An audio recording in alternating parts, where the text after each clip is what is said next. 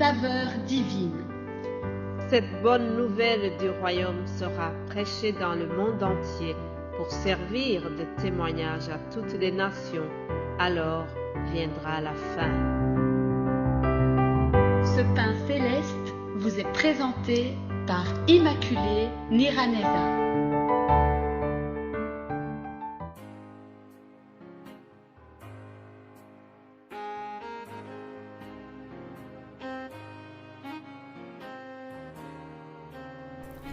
Shalom, shalom, bien-aimés de Dieu qui écoute l'émission Saveur divine. Que la paix de Christ soit avec vous. Je remercie Dieu qui nous donne encore la vie ce matin. Je vous invite à le louer avant de continuer cette émission.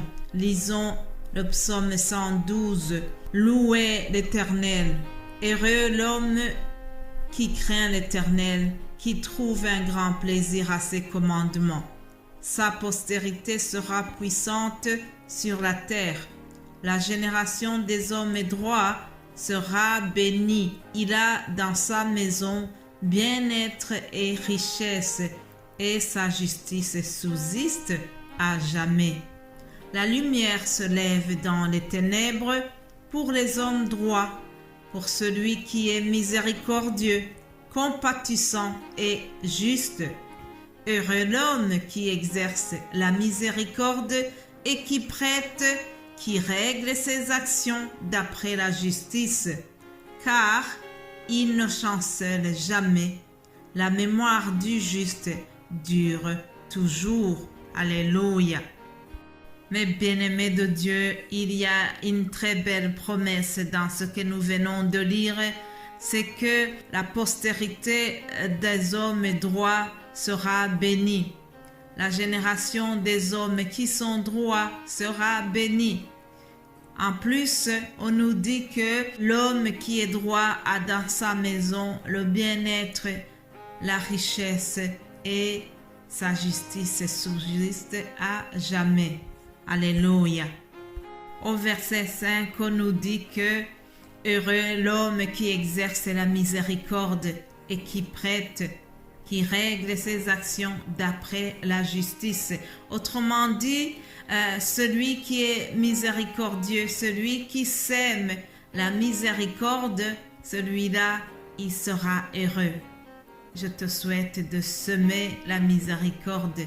Je te souhaite d'avoir un cœur qui est généreux, un cœur qui est compatissant, un cœur qui est large, au point de prêter à ceux qui te demandent de l'argent à prêter. Ce n'est pas toujours facile. C'est une autre manière de s'aimer. Lorsque tu viens au secours de ton frère ou ta sœur qui est dans le besoin et que tu acceptes de lui prêter sans intérêt, ça aussi c'est une autre manière de semer la gentillesse. Mes bien-aimés de Dieu, n'oubliez pas que nous sommes donc sur ce thème de s'aimer. Qu'est-ce que tu as semé pendant tout ce mois de mars? Est-ce que il y a une bonne semence que tu as déposée quelque part? Sache que l'Éternel va te récompenser.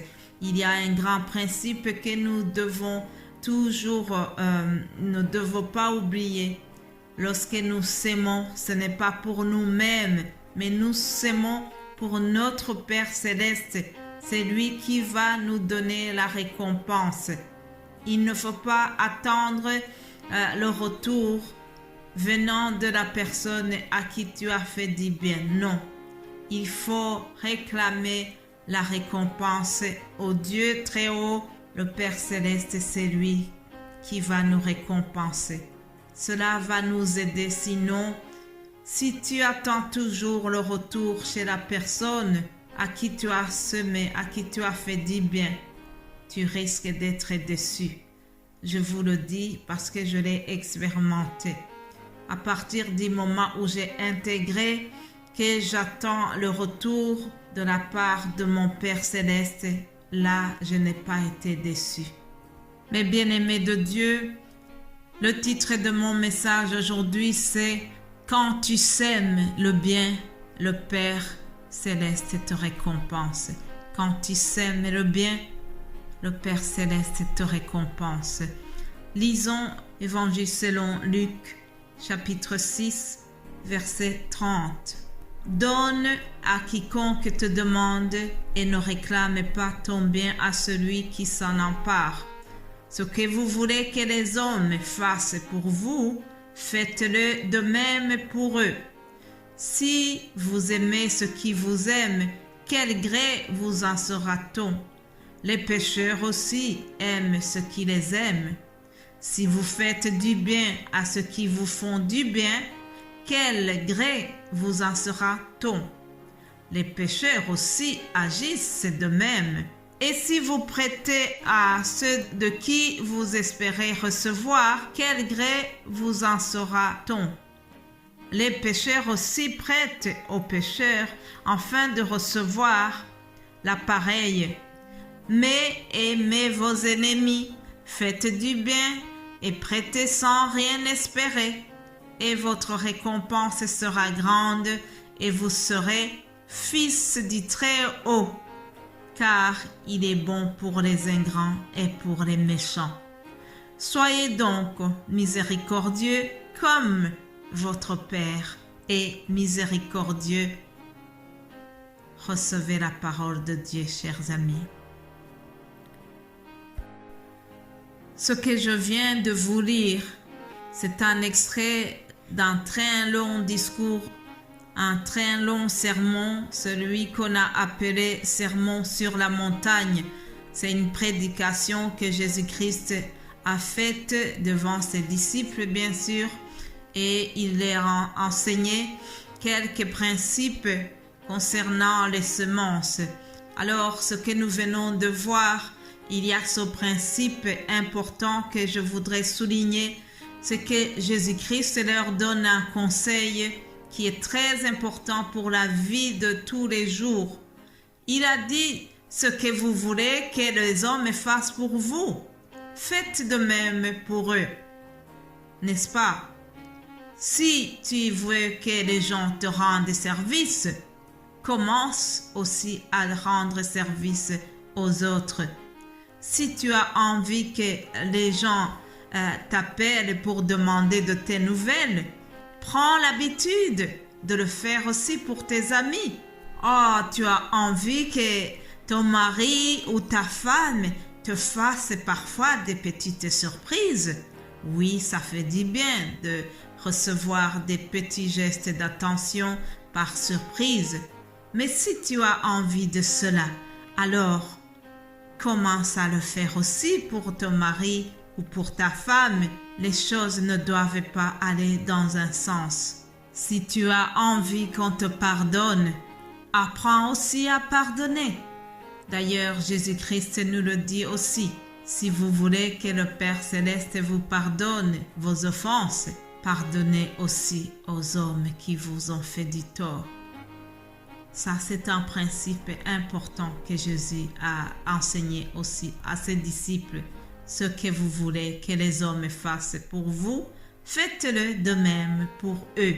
Mes chers amis, je reconnais très bien que il est plus facile d'aimer des gens qui sont agréables, des gens qui nous sont aimables, des gens qui sont sympathiques, des gens qui sont facilement aimables.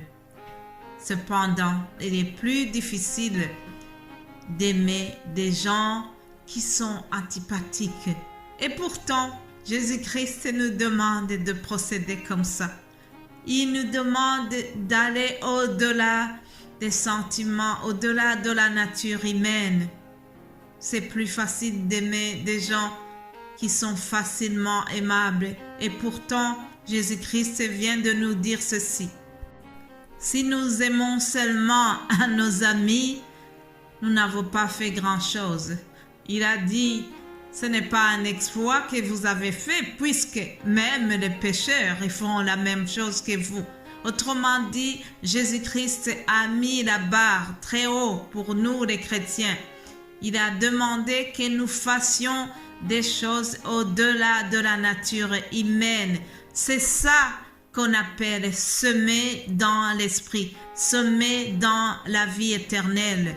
Voilà, chers amis, il y a quelque chose qui va nous aider pour y arriver.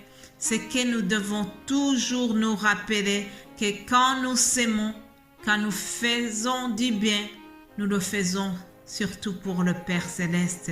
C'est lui qui va nous récompenser. N'attends pas nécessairement d'avoir le retour chez la personne à qui tu as fait du bien, mais va réclamer au Père Céleste. Voilà qui termine cette émission et je vais continuer demain par la grâce de Dieu. Soyez bénis abondamment. Amen.